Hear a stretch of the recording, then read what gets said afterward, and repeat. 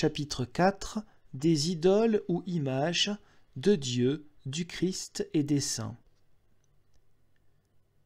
Puisque Dieu est un esprit invisible et un être insaisissable, aucun ouvrage ni aucune image ne saurait le représenter.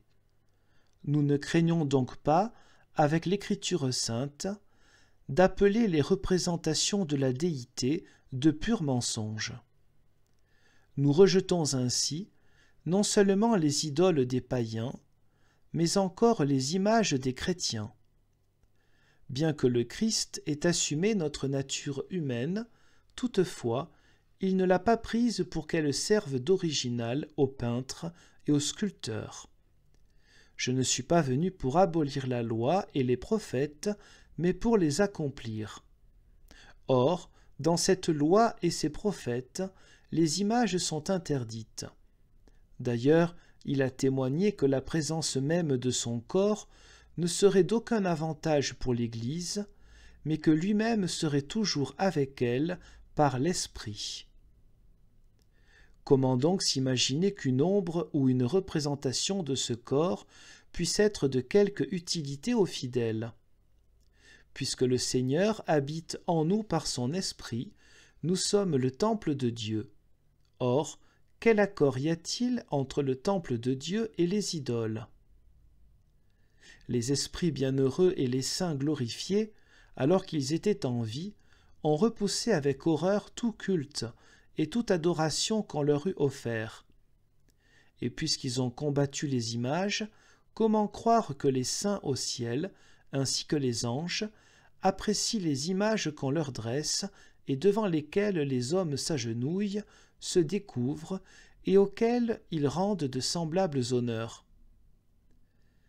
Pour que les hommes soient instruits dans la religion, pour que leur esprit s'élève aux choses divines et à leur salut, le Seigneur a ordonné que l'Évangile soit prêché.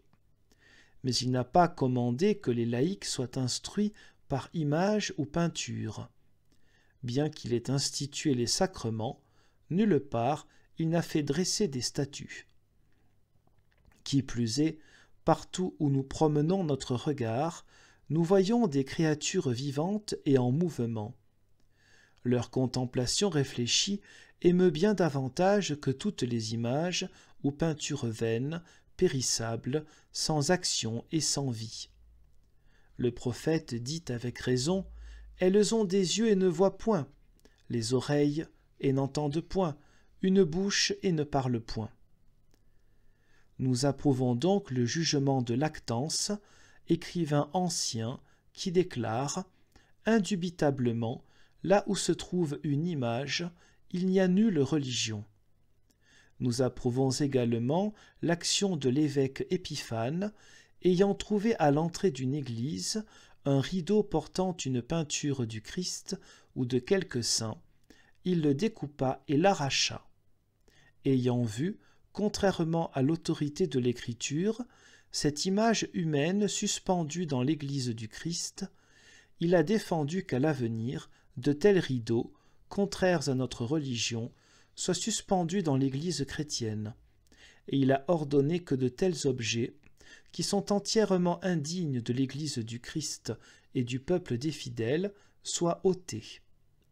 Nous approuvons de même la règle que donne Augustin de la vraie religion, que le culte des ouvrages des hommes ne fasse pas partie de notre religion, car les ouvriers qui confectionnent de telles choses sont plus excellents, eux-mêmes, pourtant, nous ne les adorons pas.